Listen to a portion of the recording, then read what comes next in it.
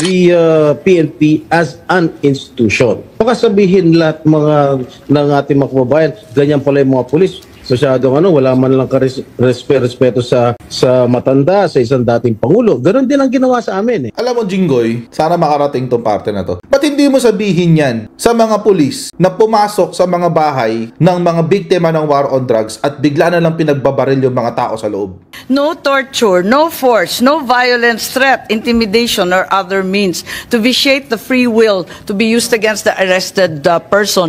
Di the more, sabi mo nga, ikaw na nag-admit forcefully. Talagang you used force. Bawal po yun. Tanga mo, Aimee? Or tanga-tangahan ka para ay digong? Teka lang, PNP stand SOP. Use of force, bawal ang force? Babalikan natin ang common sense, guys. Halimbawa, may inaaresto, nagre-resist, bawal ang force? Pag nag-i-issue ka ng warrant of arrest, pakiusapan, uy, sama ka naman sa presinto, dali, kukulong kita, sandali lang, kamagalala, sandali lang to, oo, sama ka na lang, walang puwersa to ha, okay lang yan, friend. Ganon, Aimee? Eto, balik tayo sa hearing nung kay sa Senate. Narinig ko yung interview ni Aimee Marcos, tapos, parang nung tinanong siya, may nakita ba kayong irregularidad sa aresto kay Digong, sabi niya. Tapos tuwan-tuwa siya, sabi niya, oo, marami kaming nakita, ganyan-ganyan. Yung pagpupuwersa, yung use of force, hindi pagpasok kay Vice Presidente, etc. etc. Dami yung sinabi. Pero alam nyo kasi mga konsyero, kung pinanood yung hearing, alam nyo kung saan niya kinuha yun. Sa inabahaba ng hearing, yun lang yung parte na yun ang kinuha niya. Hindi niya pinansin yung warrant. Pangalawa, yung time frame.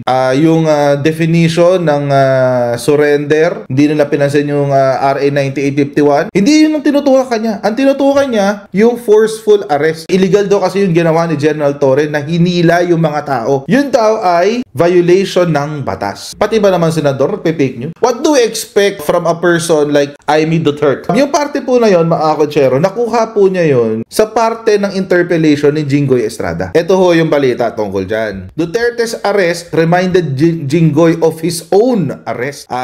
Unahin na natin to, sasabihin ko na bago pa makalimutan. Senator Jinggoy, wag ka pong magpakalat ng kabobohan mo. Kapag nasa hearing ka, ang pag-uusapan nyo, maliban sa personal experience, ay ang legal basis ng iyong sinasabi. Senador ka kasi. Wala sana kung tayo nasa retreat at ikaw ay pinagsalita, tinanong ka, anong experience mo sa retreat na ito? Nagkaroon ka ba ng encounter sa Panginoon, etc. etc. Walang problema, talk about your personal experience. But you are in a hearing in aid of legislation. Therefore, yung interpretasyon mo dapat ng batas ay alinsunod sa legal doctrines. Kumuha nga kayo ng batas, tinwist nyo pa. Anong ginamit nyo pang twist, pang fake news? Personal experience. Panoorin natin yung yung parte na yan. Ask General Torre, how did you think did you handle the arrest of former President Duterte properly? Yes, sir. I do, sir. It's proper. It was proper. But when I saw the video, it was really, for me as a citizen of this country, it was really unbelievable. It was a very, very big disappointment.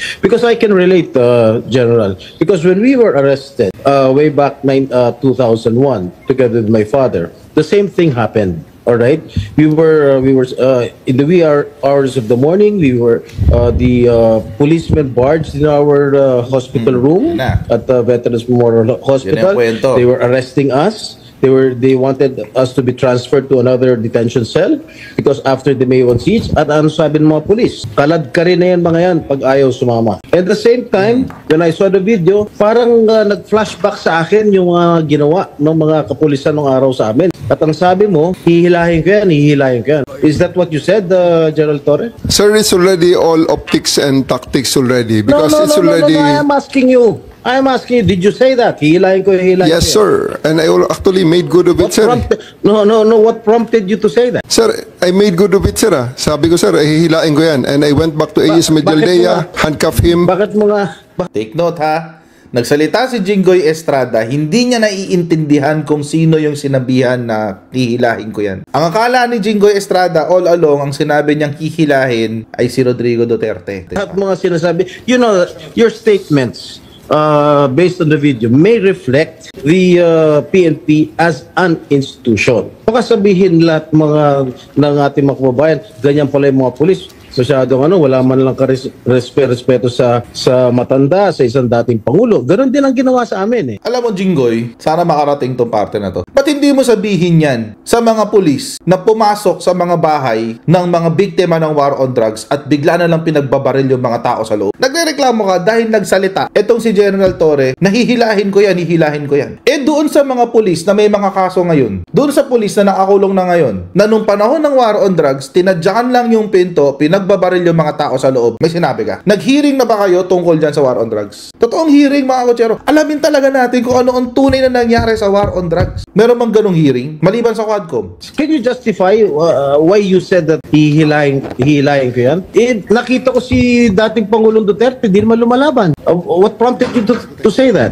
Mr. Senator, respectfully, the threat of hihilahin ko na yan was not towards the president, the former president. It was ensued after a heated argument between his counsel and General Torre. See? In no way was the former president threatened with bodily harm. Yes, Who was addressing the sinong Parang ang binuhusan ng malamig na tubig, sinasabihan ni General Torre? Was it the lawyer or was it the former President Duterte? Lawyer, sir, Attorney Mijal Dea. And actually, sir, after that, I actually went back to him, placed handcuff on him after reading him his rights and arrested him for obstruction of justice. And after that, Alright. sir, I brought him to the bus and came back again and told Attorney Delgra he's next. And again, sir, I will reiterate with all credits goes to the former president because after he saw that I'm already very, very serious in bringing him into the plane, he said, okay, let's go. And I told Romy, the PSG, to just escort him and he went voluntarily to the bus that brought him to the plane. sisingit Alright. lang ako Senator Jinggoy.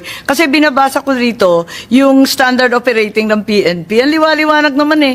No torture, no force, no violence, threat, intimidation, or other means to vitiate the free will to be used against the arrested person. Di the more, sabi mo nga, ikaw na nag-admit forcefully. Talagang you used force.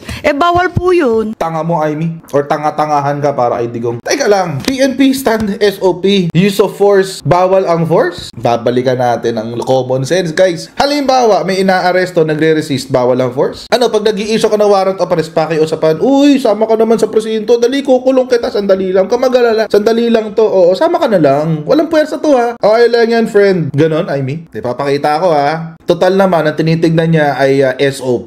Ito, Manual of Operations na PNP. Ano to? Page 7. Ayan. Anong tawag dyan? Use of force, di ba? Anong pwede? Application of necessary and reasonable force. Kailan nagiging reasonable force ang pagpupersa? In the lawful performance of duty. So, halimbawa, ikaw ay mag-aaresto. You can apply reasonable force. Kaya nga, mga kotsero, kumalat yung video na si Mijal Dea is committing obstruction of justice. Winarningan siya ni General Torre. Sabi niya, sir, please stand aside or else I will arrest you for obstruction of justice. Anong sinabi ni Mijal Dea? O di arestuhin mo ko. O di inaresto siya, kinaladkad siya. Basta lawful, take note ha, lawful performance of duty. Hindi kasama dito sa lawful performance of duty yung sinabi ni Rodrigo Duterte na udyukan nyo yung mga kriminal, barilin nyo. Hindi reasonable force yun. Nagpahiring ka ba doon, Aimee Marcos? Ma'am, it is,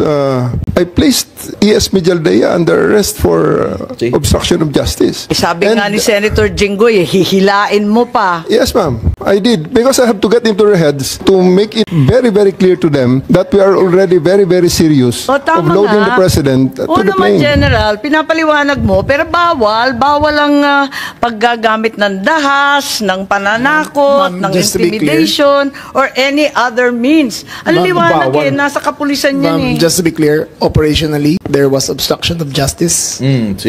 It was the Sopla. decision call of General Torre to Pahiya ka, Aimee. place him under arrest for obstruction of justice. Now let us separate what happened to the president. You're talking about Attorney Medial Dea. Yes, ma'am. Paano yung iba? No one else is Ganun din. armband. Yung attorney. No, wait. Yung abogado. If I may, Senator Aimee. Ayan. Sino yung kinaladkad nung isang pulis? Yung security na nakaitim. I think it was General Torre na hinila yung isang abogado. Dalawa yun yung abogado, hinila nila yung upuan, It's the same. di ba? Tapos yung nakaitim na si Q, kinaladkad din. Si Attorney Delgra, sir, because he is next to be arrested. And because of that, the president, former President PRRD saw that I'm already that serious. And he said, he prevented the situation from further deteriorating and escalating. So he said, let's go. Isn't he entitled to a counsel of his choice, General? Yes, sir. For 12 hours, he was there. Can't he speak to his client? Bigla niya na He did. lang... They are there for 12 hours, sir, speaking to each other. One more thing that I noticed in the video, no?